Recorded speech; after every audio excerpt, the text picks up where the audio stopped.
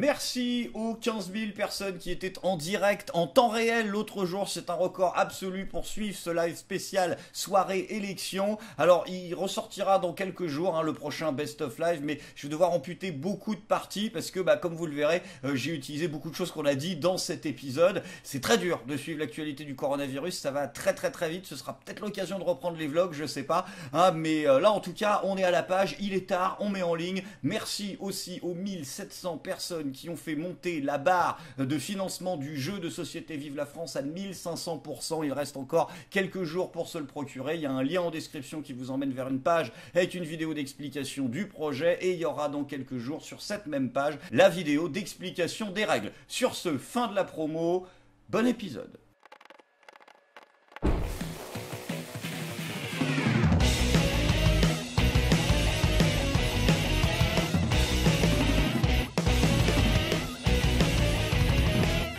Je suis pas content, on est comme en Italie. Oui, on est comme en Italie. En effet, comme le confient aux Parisiens de nombreux soignants qui travaillent dans les zones les plus touchées par le coronavirus, eh bien de plus en plus de professionnels de la santé dans les hôpitaux ont dû renoncer à intuber les patients de 70 ans et plus. Donc les politicards, une fois pour toutes, quand les gens marquent dans les manifs sur les pancartes « l'austérité tue », c'est pas juste un slogan de gauchiste, c'est une réalité. Et la réalité, en l'occurrence, c'est que ça y est, nous sommes passés d'une médecine traditionnelle à ce que l'on appelle une médecine de guerre. La différence, elle est simple, l'objectif n'est plus d'essayer de sauver tout le monde, mais de sauver ceux qui ont le maximum de chances de survivre. Et d'ailleurs, en parlant de guerre, Pause Caca, attention à convoquer le Conseil, puisqu'il s'est entretenu, tenez-vous bien, avec Nicolas Sarkozy et François Hollande sur la question du coronavirus. Mais l'objectif de départ, c'était pas de rassurer les gens. Non, parce que là, il y a un truc qui m'échappe. Ah bah non, peut-être qu'il les a appelés pour partager l'addition. Alors attention, il n'y a pas que Pause Caca et ses prédécesseurs qui ont une part de responsabilité. Non, tous les candidats, La République En Marche et les FDP qui ont voté pour eux, pour tous ces escrocs qui ne déclarent pas leurs impôts, qui mettent de l'argent de côté ou qui font des montages financiers histoire de payer de moins en moins de taxes, et cet argent que ces gens économisent aurait pu servir à avoir de nouveaux lits d'hôpitaux, à avoir plus de masques de protection ou d'outils permettant de réanimer les gens. J'espère que vous y pensez bien, sombre bande de FDP, en vous regardant dans le miroir tous les matins, même si j'en doute. Mais bien évidemment, puisqu'on parle de fils de puterie, la palme de la journée revient bien évidemment à notre ancienne sinistre de la santé, Agnès Buzyn, qui a fait une déclaration absolument hallucinante. Quand j'ai quitté le ministère, je pleurais, car je savais que la vague du tsunami coronavirus était devant nous. Je suis parti en sachant que les élections n'auraient pas lieu. Ah, tu t'es planté, Madame Irma. On aurait dû tout arrêter, c'était une mascarade, avant de rajouter « je n'ai plus de boulot ». Donc je fais la traduction, ça veut dire j'étais au courant et le reste du gouvernement était au courant que c'était la catastrophe depuis janvier, mais on n'a absolument pas dit la vérité aux gens, quitte à minimiser le problème et à augmenter les risques d'épidémies graves afin de ne pas plomber nos chances aux futures élections. Quant au fait que tu nous dises attention, moi je pensais que les élections n'auraient pas lieu, c'est pas une circonstance atténuante. Ça accable encore plus ton cas personnel, le fait que tu aies menti pendant 2 mois, tu as, indépendamment de tes convictions personnelles dont je n'ai rien à foutre, obéi aux ordres qui consistaient à mentir aux gens et tu as utilisé le coronavirus comme une arme électorale pour déstabiliser tes opposants politiques dans le cadre d'une élection, Agnès. Tu es totalement responsable. Allô Agnès, t'es au courant de ce que tu viens de faire ou pas? Je veux dire, il y a 2 neurones qui se touchent ou on fait comment? Tu viens de confesser publiquement un mensonge d'État. Enfin non, puisque Macron a répété 5 fois qu'on était en guerre. Donc techniquement, tu viens de confesser un crime de guerre. Là, c'est terminé, Macron, là. Là, on arrête de plaisanter. Vous êtes en train de vous prendre un shitstorm à côté duquel les gilets jaunes et les violences policières, c'est de la pisse de furet. Les tendances depuis ce matin, c'est Macron destitution et Buzyn-gate. Et ça vient pas des prolos alcooliques gilets jaunes que vous méprisez tant. Non, là, ça vient d'éditorialistes reconnus, des gens qui sont en général, oulala, le plus éloigné possible du complotisme et du coronavirus, qui ne prennent pas souvent des risques et qui là disent c'est de la haute trahison. Vous ne vous en relèverez pas. Parce que ça va continuer, parce que ça va empirer, parce que les commentaires sur les réseaux sociaux vont être de plus en plus désastreux, parce que vous avez du sang sur les mains. Et si vous avez décidé de maintenir de façon criminelle les élections, c'est parce que vous saviez que ça arriverait et que vous saviez que plus le calendrier reculait, plus vous alliez vous prendre une branlée. Les gens ne vous le pardonneront jamais et ils ont bien raison parce qu'à un tel niveau de mensonge, à un tel niveau de mise en danger de la vie de nos concitoyens, cela mérite d'être jugé à la Cour pénale internationale. Et étant donné la colère populaire, c'est le mieux qui pourrait vous arriver. Donc pour pouvoir sortir dehors, maintenant il faut télécharger une attestation sur le site du ministère et la remplir afin de la montrer aux policiers ou aux militaires qui peuvent vous contrôler. Mon grand-père est ravi. Ça lui rappelle sa jeunesse, franchement il passe des excellents moments, qui malheureusement sont peut-être les derniers. Et vu que plein de gens me demandent « Ouais, mais comment on fait si on n'a pas d'imprimante ?» Donc on va faire un petit peu de pédagogie. Je le rappelle, vous avez le droit de la télécharger sur votre téléphone portable et de la remplir. Ou si vraiment vous voulez être prudent, vous pouvez tout faire à la main, comme Benjamin Griveaux. Quant à Postkaka, il gigote dans tous les sens, histoire de montrer aux gens que il est là, il est présent, trop tard mais présent. Il a mis en place plein de mesures, comme la réquisition des hôtels ou encore la réquisition des taxis. J'ai pas compris. Non, parce qu'on est d'accord qu'à l'état actuel de l'épidémie, le problème des gens, enfin des personnels soignants, c'est pas d'acheminer les patients à l'hôpital. Le problème des gens, c'est qu'une fois à l'hôpital, ça puisse servir à quelque chose de les y avoir acheminés parce qu'il n'y a plus de lit, en fait. Les gens ont besoin de matériel. Donc quand tu fais 3 déclarations à la con dans ton discours et que tu choisis de nous citer les taxis dedans, c'est un élément de communication. Moi, je pense qu'il nous a fait un discours de type Clémenceau, ça je l'avais déjà dit en live, mais en fait, les taxis, c'est pour faire une référence grossière au taxi de la Marne. C'est pathétique. Et tout le discours, c'était comme ça, putain. Tu remplaçais coronavirus par les Allemands, t'avais exactement le même résultat. Arrête d'essayer de te donner des airs de héros de la guerre. En tout cas, peut-être que t'as un point commun avec un ancien héros de guerre, pour le coup, c'est que peut-être que toi aussi, l'histoire te jugera. Nous sommes en guerre. En guerre sanitaire, certes. Nous ne luttons ni contre une armée, ni contre une autre nation. Mais l'ennemi est là, invisible, insaisissable, qui progresse. Et cela requiert notre mobilisation générale. Nous sommes en guerre. Toute l'action du gouvernement et du Parlement doit être désormais tournée vers le combat contre l'épidémie. De jour comme de nuit, rien ne doit nous en divertir. Nous sommes en guerre. J'appelle tous les acteurs politiques, économiques, sociaux, associatifs, tous les Français, à s'inscrire dans cette union nationale qui a permis à notre pays de surmonter tant de crises par le passé. Nous sommes en guerre. Et la nation soutiendra ses enfants. Nous gagnerons. Mais cette période nous aura beaucoup appris. Le jour d'après, quand nous aurons gagné, ce ne sera pas un retour au jour d'avant. Nous serons plus forts moralement, nous aurons appris. Et je saurai aussi avec vous en tirer toutes les conséquences. Toutes les conséquences. Postkaka, on n'est plus au début du siècle. Si tu veux, il y a une époque où quand tu disais aux gens on est en guerre, les gens ils chialaient, ouais. Mais alors aujourd'hui, si tu veux, il y a pas mal de gens, un peu trop à mon goût, quand tu leur dis nous sommes en guerre, ils te répondent on bat les couilles, frère. Alors je sais pas si on est en guerre comme tu le dis, Postkaka, mais il y a une chose dont je suis sûr, c'est que c'est nous les dommages collatéraux. Et c'est là où il y en a qui vont me dire ouais mais t'es quand même super mal placé pour parler, parce que tu faisais partie de la team, il y aura rien. Ah oui, c'est vrai, ouais. C'est vrai que la dernière fois qu'on a parlé du coronavirus, j'ai dit de toute façon il y aura rien parce que c'est une grosse grippe. Ah oui, non mais attendez, moi je suis pas médecin. Donc je ne pouvais pas prévoir ce que vous allez voir dans cet épisode, un tel degré de mensonge, de manipulation et d'incompétence de la part de nos politiques. Oui, même après 6 ans de JSPC, je ne pouvais pas prévoir un tel degré de fils de puterie en fait. Et si des gens qui sont des médecins reconnus et prestigieux ont radicalement changé d'avis sur la question, moi je pouvais faire quoi avec les informations que j'avais? Le professeur Eric Combe, spécialiste des maladies infectieuses à la Pitié-Salpêtrière. Professeur Combe, vous qui êtes spécialiste des maladies infectieuses, vous annuleriez vos vacances? Moi, en tant que spécialiste de médecine des voyages, je ne suis pas sûr que j'annulerai mes vacances à Venise. En plus, je pense qu'on pourra bénéficier de tarifs très préférentiels. J'ai bien peur que le virus soit plus contagieux qu'on ne veuille bien le dire. Il est très probable qu'on évolue vers un scénario à l'italienne. Ici, on doit prendre des mesures comme ce qui se passe en Italie. Il vaudrait peut-être mieux les prendre maintenant. Normalement, quand on allait faire une épidémie, il faut être toujours dans l'anticipation.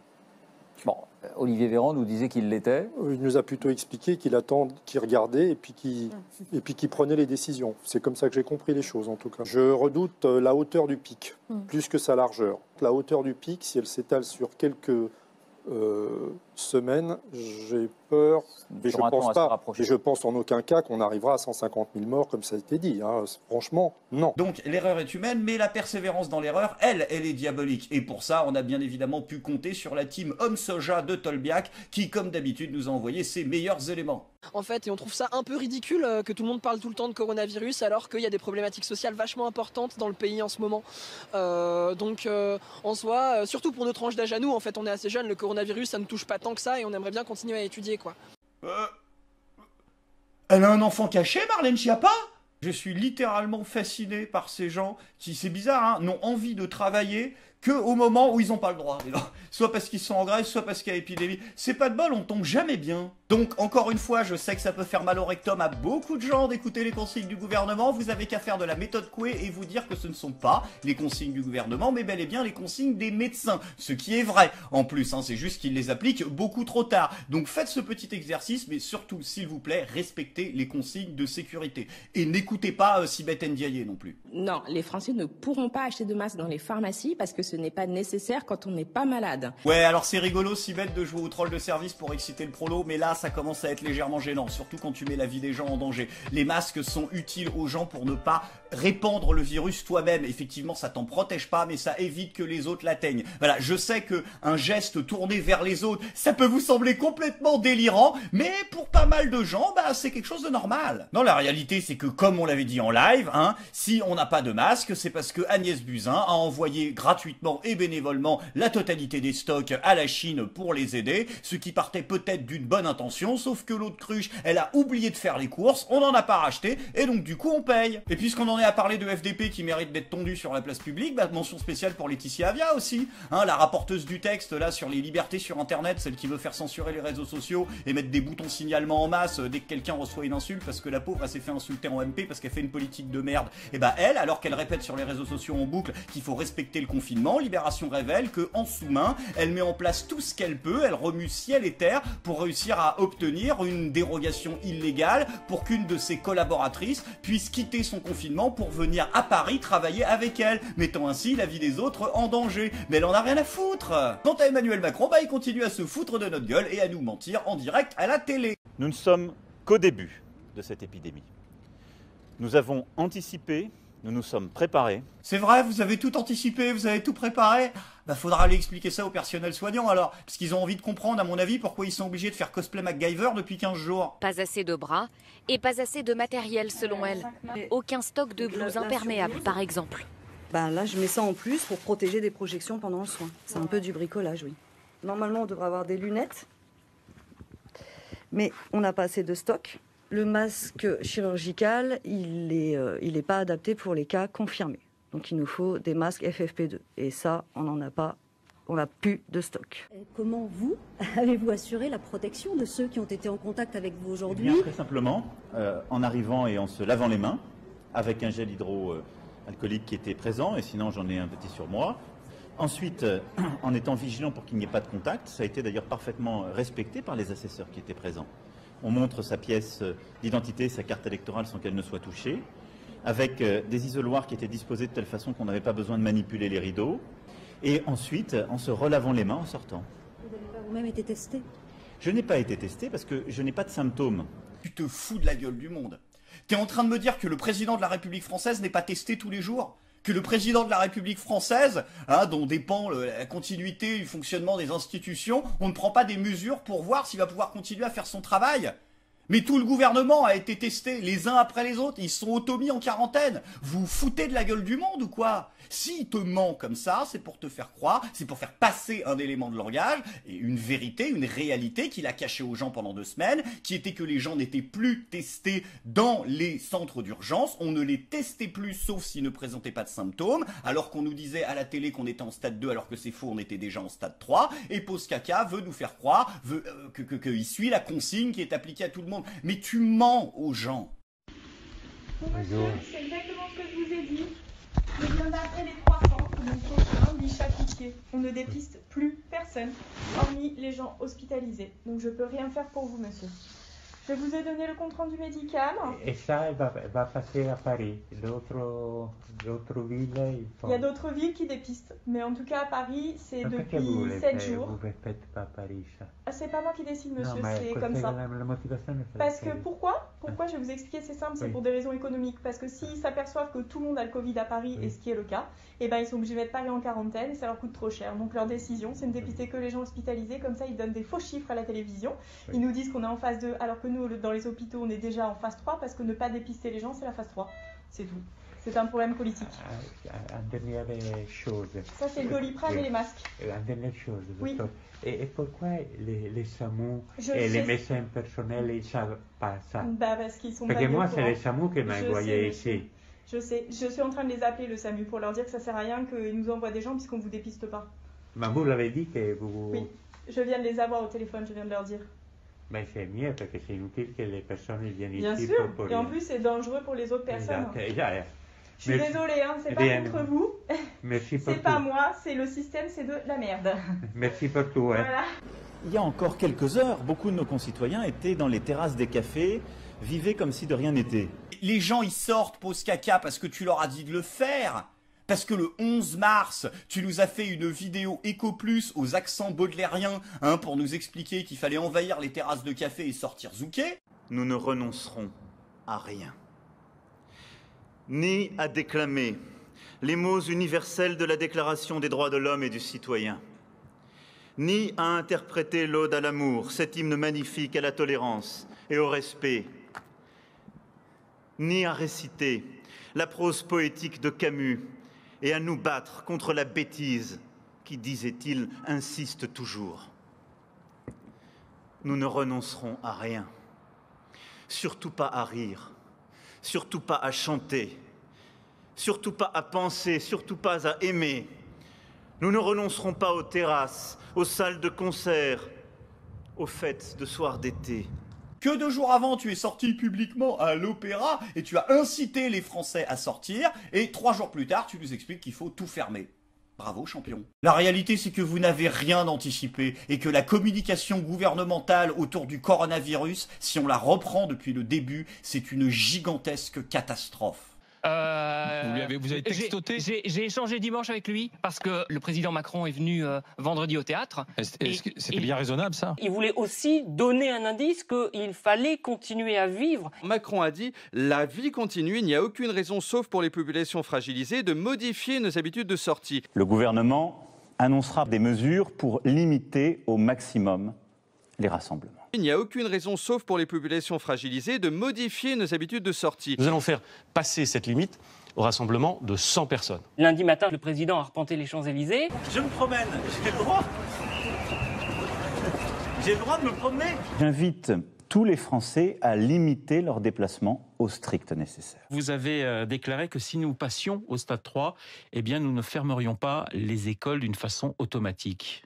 Oui, parce que depuis le début de l'épidémie, du risque d'épidémie, nous savons que si nous devions passer au stade 3, ce n'est pas la bonne stratégie que de tout fermer. Jusqu'à nouvel ordre, les crèches, les écoles, les collèges, les lycées et les universités seront fermés. Vous avez dit la semaine dernière que la fermeture des écoles n'était pas prévue au stade 3. Est-ce que vous rediriez les choses avec la même fermeté? Si vous faites les choses de manière aveugle et générale tout de suite, là, vous risquez de paralyser le pays.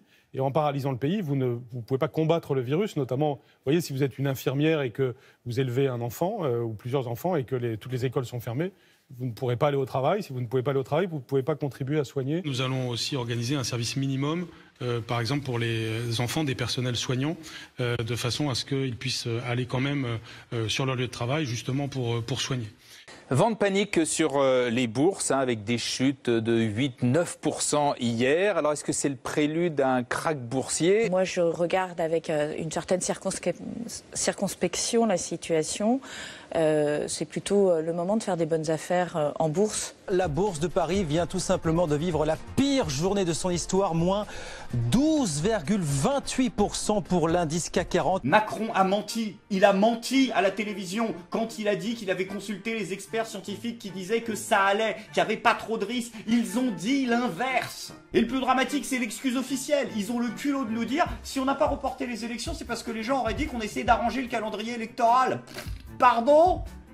Castaner a tenté de faire passer une loi, on était passé à côté à l'époque, pour faire en sorte que dans plus de 90% des communes françaises, les candidats puissent se présenter sans avoir à donner leur étiquette politique. Rendue publique le 16 janvier, la circulaire Castaner relative à l'organisation des prochaines élections municipales a fait l'effet d'une bombe. Avec cette circulaire, les candidats des villes de moins de 9000 habitants ne se verront tout simplement pas attribuer de nuances politiques par les préfectures. En d'autres termes, le soir des résultats, quand les analystes voudront tirer du scrutin des leçons de politique nationale, ils ne pourront le faire que sur la base des résultats enregistrés dans les grandes villes. Et cela change tout, car non seulement les communes de moins de 9000 habitants représentent 52% des électeurs, mais surtout les habitants des grandes villes ont un comportement électoral très différent de ceux des villes petites et moyennes, foyer du mouvement des Gilets jaunes, et dans l'ensemble bien plus critique de la politique du gouvernement. Ne pas les prendre en compte, c'est donc donner l'illusion d'une majorité présidentielle solide sur ses bases, en niant purement et simplement la réalité du vote des Français. C'est la plus grosse infraction à la démocratie qu'on ait eue depuis 2 siècles. Alors le Conseil constitutionnel lui a dit d'aller se faire enculer, mais avoir pensé à ça, c'est odieux. Les gens le savent que vous êtes des escrocs. Les gens le savent qu'il y a eu 2000 blessés gilets jaunes et qu'il y a eu 2000 cas de violences policières et qu'il n'y a eu qu'un seul cas jugé pour l'instant. Les gens le savent. D'accord ? Ça n'aurait rien changé. Une modification de calendrier électoral, mais tout le monde le fait, c'est rien. Vous allez continuer à creuser longtemps avant de toucher le fond ? Même Pernod se fout de votre gueule. En tout cas, beaucoup d'Italiens avec des masques de protection. C'est le béaba de la protection. Comme en Chine, on met des masques. En France, on nous dit toujours que c'est inutile. Peut-être parce qu'on n'en a pas. L'Italie...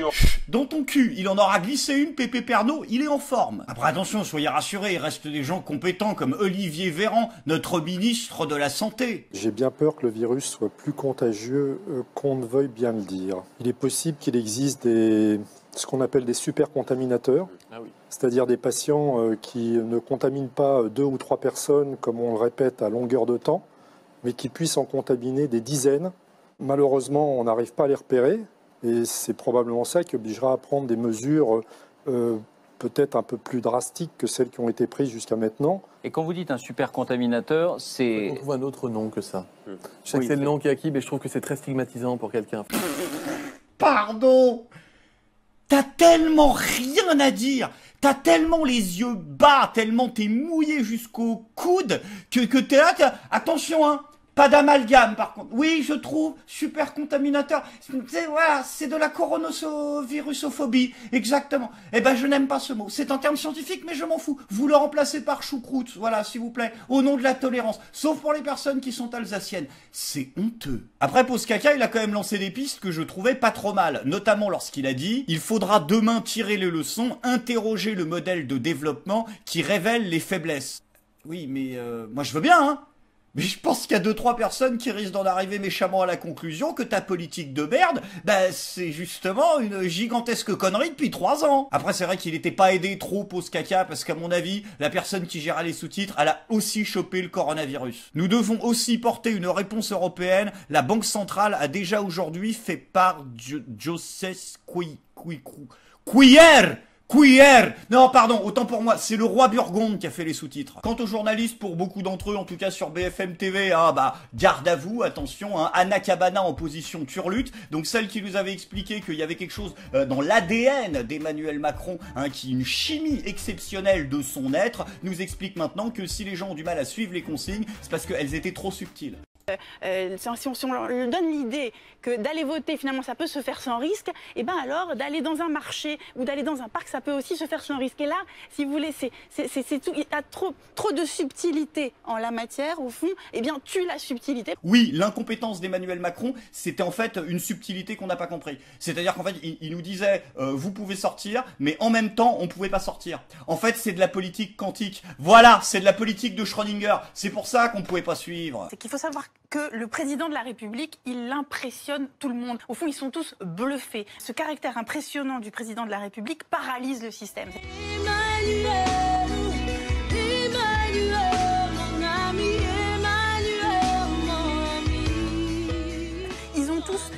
ils ont tous, au fond, une forme de sidération parce qu'il est exceptionnel, Emmanuel. Il fait des erreurs monumentales, bien sûr, mais c'est pas le sujet. Il y a dans son tempérament, dans son intelligence, dans la chimie assez exceptionnelle de son... Vous avez l'intention de la pousser jusqu'où exactement, la consanguinité entre le milieu médiatique et le milieu politique? Non mais c'est quoi le projet? C'est que ça finisse comme aux États-Unis avec les présentateurs de télé qui sont les frères des gouverneurs, et que ça te donne des trucs. Ah, c'est UBS que là-bas par contre. Hein. Des fois tu regardes des émissions d'information, en fait c'est une réunion de famille. Curfew, I don't like the word curfew. Dad tried to have a curfew for me. I never got past the resentment, but I do believe you'll see more tightening if the numbers don't slow. Your problems with the curfew. It's the least of your problems, just so you know. I never you violated the curfew all the time. Caused much pain, but that's a different story. I don't believe in rules. Governor Andrew Cuomo, I appreciate you coming on the show. I love you. I'm proud of what you're doing. I know you're working hard for your state, but no matter how hard you're working, there's always time to call Mom. She wants to hear from you, just so you know. Yeah, I called Mom just before I came on this show. By the way, she said I was her favorite. She never said that. Good news is she said you were her second favorite son, Christopher. We both know neither of us are Mom's first or second favorite in the family. I can't believe you're lying to my audience. You've blown the credibility of the entire interview. I should have ended it before. Second favorite son. Listen to the words. Listen to the words. Politicians are very tricky. You throw a word in there after the first time you said it, creates a lot of doubt. But I appreciate you clarifying. Not me. Straight across the plate. Stay strong. Straight across the plate. Stay strong. Stay for your people. And I appreciate you being here. I love you, brother. C'est ça le projet? C'est qu'on devienne tous aussi cons que chez l'oncle Sam? Non, parce que là-bas, les ventes de bière Corona ont quand même baissé de 40%. En France, on n'est plus poète. Hein. Non, c'est les ventes de romans La Peste qui ont augmenté, voilà. Quant aux rouleaux de PQ dans les supermarchés, ils sont littéralement dévalisés, mais les gens touchent moins au sopalin. Bon, c'est bizarre. C'est quand même con de se retrouver en rate de PQ à une époque où on n'a jamais eu autant de trous du cul, non? Donc c'est bon, on s'arrête là? Je veux dire, on est allé au bout de l'échelle de la connerie ou il y en a un peu plus? Bah oui, le malheur des uns fait le bonheur des autres. Vous pensiez avoir tout lu, tout vu, tout entendu sur le coronavirus.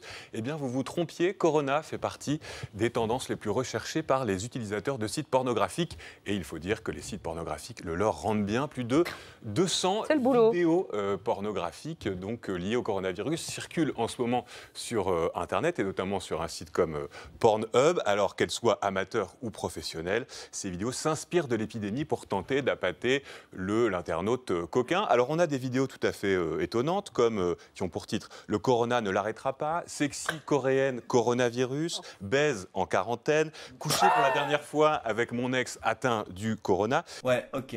Bon bah, mise à jour scientifique, hein, le coronavirus atteint les poumons, mais visiblement, il atteint aussi le QI. Sans transition les amis, c'est maintenant le moment de la bonne nouvelle du jour. Même en ces périodes de coronavirus, il faut essayer de voir le verre à moitié plein. Et ce ne sera pas très difficile tant notre gouvernement a pris les devants. Puisque, soyez rassurés, les gens, eux peut-être, y vont crever. Mais les entreprises, elles, beaucoup moins. Nous, Européens, ne laisserons pas une crise financière et économique se propager. Nous réagirons fort et nous réagirons vite. L'ensemble des gouvernements européens doit prendre les décisions de soutien de l'activité, puis de relance, quoi qu'il en coûte. Voilà, donc traduction, hein, on se rejette la patate chaude. Traduction bis, on a fait la réforme des retraites parce que soi-disant il nous manquait 20 milliards pour les financer. Par contre là, pour sauver les entreprises, budget illimité. Nous avons décidé, on fera un plan massif de soutien à l'emploi. Nous voulons protéger les travailleurs dans cette période, protéger l'emploi, et donc on va faire un soutien massif. En clair, j'ai pas de limite budgétaire, on fera ce qu'il faut. C'est bien ça! Ils ont retrouvé l'argent magique! Alors vous l'aviez paumé où? Il était où? Sous la caisse du chat? Je veux dire, ah bah au moins tu vois, ça a pris le temps, mais on a retrouvé l'argent magique, ça c'est bien. Non franchement, il y a que des bonnes nouvelles en cascade cette semaine. Tiens, autre bonne nouvelle, savez-vous que le milieu de l'entreprise protège du coronavirus? Oui! Parce qu'au moment même hein, où on disait qu'on interdisait les rassemblements de plus de 1000 personnes, puis après plus de 100 personnes, hein, eh bien notre ministre Muriel Pédiconas, elle, nous expliquait que par contre, travailler dans une entreprise de 1000 salariés ou plus, non, ça posait aucun problème. Une réponse brève, s'il vous plaît, est-ce que c'est dangereux d'aller travailler dans des entreprises de plus de 1000 salariés? Non. Oui ou non? Très bien. Alors franchement, si avec toutes ces bonnes nouvelles, vous n'arrivez pas à garder le sourire pendant cette période de crise, ben, je peux vous dire une chose, je serais pas content!